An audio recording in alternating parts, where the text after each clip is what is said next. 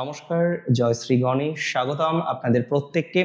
আলোচনা করছি তুলা রাশির জাতক জাতিকাদের নিয়ে এবং তুলা রাশির জাতক জাতিকাদের ক্ষেত্রে শুক্রের ট্রানজিট, শুক্রের অবস্থান কি ধরনের ফলাফল বহন করে আনতে চলেছে সেটা আজকে কিন্তু ডিটেলসে একটা আলোচনা করব। দেখুন, আমরা যদি প্রাইমারি দেখি যে তুলার অষ্টমে শুক্র যাচ্ছে, একটা টেনশন আসে, কিন্তু খুব ভালো করে বুঝুন তো, তুলার অষ্টমপতি তো অষ্টমে যাচ্ছে। আর আমি আপনাদের বারবার বোঝানোর চেষ্টা করি, দেখুন আমি চেষ্টা করতে পারি মাত্র যেটুকু বুঝি, যে সামান্যটুকু বুঝি সেটা আপনাদের মাঝে তুলে ধরার, আপনাদেরকে জানানোর। অষ্টমে শুক্র যাচ্ছেন, কিন্তু সে অষ্টমের অধিপতি।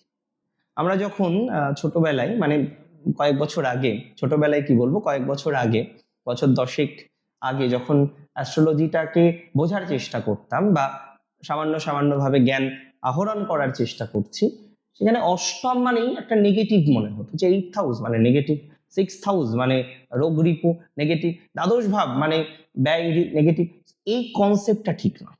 আমরা এটা ঠিক যে ক্লাসিফিকেশন করি রাশিগুলোকে, কেন্দ্র কোনগুলো, কেন্দ্র ঘর কোনগুলো, ত্রিকোণ ঘর কোনগুলো, উপচয় ঘর কোনগুলো, অপচয় ঘর কোনগুলো, কনফর কোনগুলো, অ্যাপোক্লিম কোনগুলো, এরকম ভাবে ক্লাসিফিকেশন হয়। কিন্তু মাথায় রাখবেন, একটি সিঙ্গেল হাউস কখনো না চূড়ান্ত পজিটিভ ফল দেবে, না চূড়ান্ত নেগেটিভ ফল দেবে। মানে 8 মানেই যে নেগেটিভ হবে ডাজন্ট মিন। অষ্টম তো সেভেন্থের দ্বিতীয়, 8th হাউস না থাকলে আপনার পার্টনারের ফাইনাল দেখবেন কি করে? দেখতে পারবেন? অষ্টম হঠাৎ সাডেন বিষয়কেও রিপ্রেজেন্ট করে, তাহলে সাডেন বিষয় দেখবেন কি করে? অষ্টম মানেই নেগেটিভ নয়। ইভেন কেপি অ্যাস্ট্রোলজির একটি বিশেষ জায়গায় যখন আয়ু বা লংজিভিটি বিচার করা হচ্ছে, ফার্স্ট, থার্ড অ্যান্ড 8th হাউসকে গুরুত্ব দেওয়া হচ্ছে বেঁচে থাকার প্রবণতা হিসেবে। মারক বাধক ঘরগুলিকে নেগেটিভ হিসেবে ট্রিট করা হচ্ছে, তার মানে 2-7। স্থির লগ্নের ক্ষেত্রে নবম, চল লগ্নের ক্ষেত্রে একাদশ, ডোয়াল লগ্নের ক্ষেত্রে পুনরায় সপ্তম, নেগেটিভ হাউস হিসেবে আয়ু বিচারের ক্ষেত্রে দেখা হচ্ছে। অ্যান্ড অনেকেই বলেন 8th is not only death but somehow mode of death.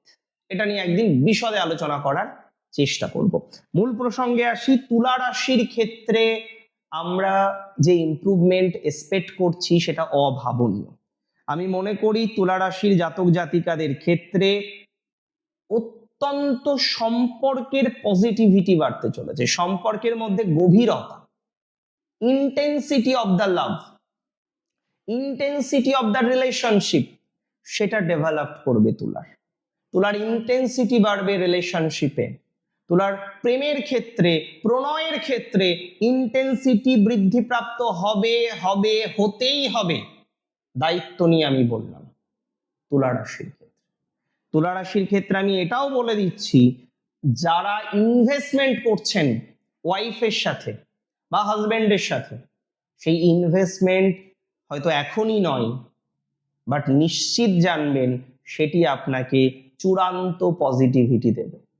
তবে মাথায় রাখতে হবে, তুলার সূত্র এ মাসে চলার হেরে পদ বাও, হেরে যাও কিন্তু যেত।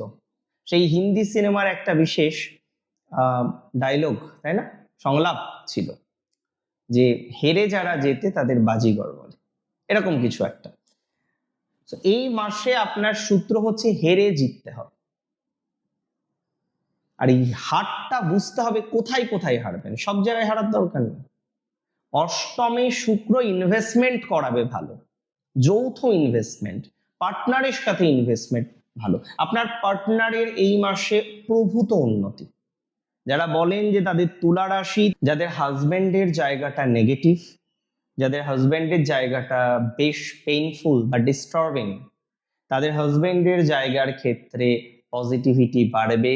যার ওয়াইফের ক্ষেত্রে নেগেটিভিটি আছে ডিউ টু ফাইন্যান্স, অর্থনৈতিক জায়গাটা ডিস্টার্ব, সেই অর্থনৈতিক ক্ষেত্রে ডেভেলপমেন্টের মাত্রা প্রচুর পরিমাণে পাওয়া যাবে। এটা দায়িত্ব নিয়ে বলছি, অর্থনৈতিক এনহান্সমেন্ট হবে আপনার।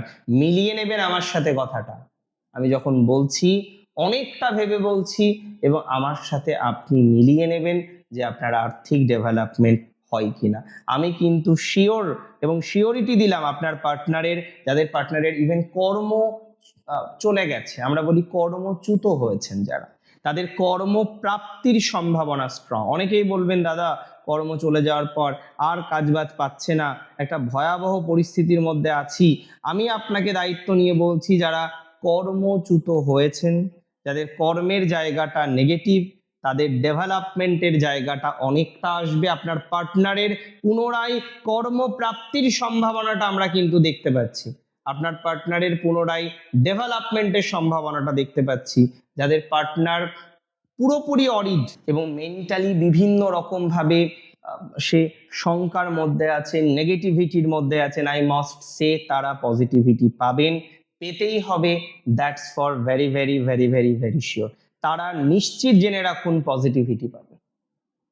তুলা রাশি, তুলা রাশির আমি মনে করি এই সময় যারা ফরেন যেতে চান, দূরে যেতে চান, তাদের সেই দূর যাত্রার যে ভাবনা সেটা পজিটিভ হতে পারে।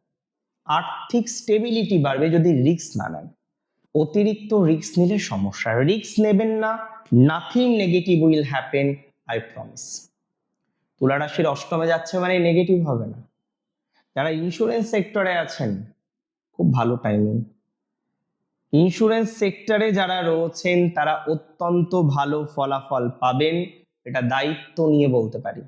ইভেন যারা ইন্স্যুরেন্স ক্লেমিং নিয়ে বিপদে পড়েছেন তারা ভালো ফলাফল পাবেন, এগুলো দায়িত্ব নিয়ে বলতে পারি। আমি মনে করি আপনার ম্যাসিভ একটা গ্রোথ আমরা দেখতে পারবো, আপনার পারফরমেন্স অনেকটা ডেভেলপড করবে, আপনার বন্ধু ভাগ্য অনেকটা ডেভেলপড করবে। তবে একটা বিষয় বলতে হয়, গুপ্ত শত্রু আর যে সমস্ত মা বোনেদের একটু পিসিওডি রিলেটেড সমস্যা আছে তাদের এই সময় একটু সেফ থাকতে হবে। বিকজ অনেকের ক্ষেত্রে যেটা হতে পারে, হয়তো স্যারেরা, ডক্টর বাবুরা বা ম্যামেরা অপারেট করার একটা পরামর্শ দিয়েছেন, সেই জায়গাটা কিন্তু এবার তৈরি হতে পারে। এটার একটা প্রবণতা দেখতে পাচ্ছি, এটার একটা স্ট্রং প্রবণতা আমি কিন্তু এক্সপেক্ট করতে পারছি। I don't have any doubt regarding this, এটা নিয়ে আমার কোনো সন্দেহ নেই, কোনো রকম সন্দেহের অবকাশও দেখছি না বা অবকাশও নেই। তুলা রাশির ম্যাসিভ গ্রোথ, তুলা রাশির ম্যাসিভ ইমপ্রুভমেন্ট, বিভিন্ন রকম বিষয়ে ডেভেলপমেন্টের জায়গা আমরা দেখতে পাচ্ছি বা দেখার মতো কম্বিনেশন লক্ষ্য করা যায়। পলিটিক্সে বহু তুলা আছেন, তবে ঘরোয়া শত্রুর কারণে কাজের কাজটা খুব একটা করা গেল না। কিছু কিছু ক্ষেত্রে এমন কিছু ঘরোয়া শত্রু তারা এমনভাবে আপনাকে বিধ্বস্ত করলো, এবং তোরা অনেকে ভালো পজিশনে ছিলেন, চাকরি করতেন, বিভিন্ন জার্নালিস্ট আমরা দেখেছি, বিভিন্ন হাই প্রোফাইল ব্যক্তি দেখেছি, তারা আজকে বসে গেছে। কিন্তু তাদের ভাগ্য উন্নতির যে দরজা, দ্বার, সেটা পুনরায় রিওপেন হবে, খুব তাড়াতাড়ি হবে। তাদের ভাগ্য উন্নতির সংযোগ আমরা দেখতে পাই, তাদের ভাগ্য উন্নতির কম্বিনেশন আমরা এক্সপেক্ট করতে পারছি। অনেক ভালো থাকুন আপনারা, সুস্থ থাকুন, স্বাভাবিক থাকুন, সুন্দরতম থাকুন। জয় শ্রী গণেশ।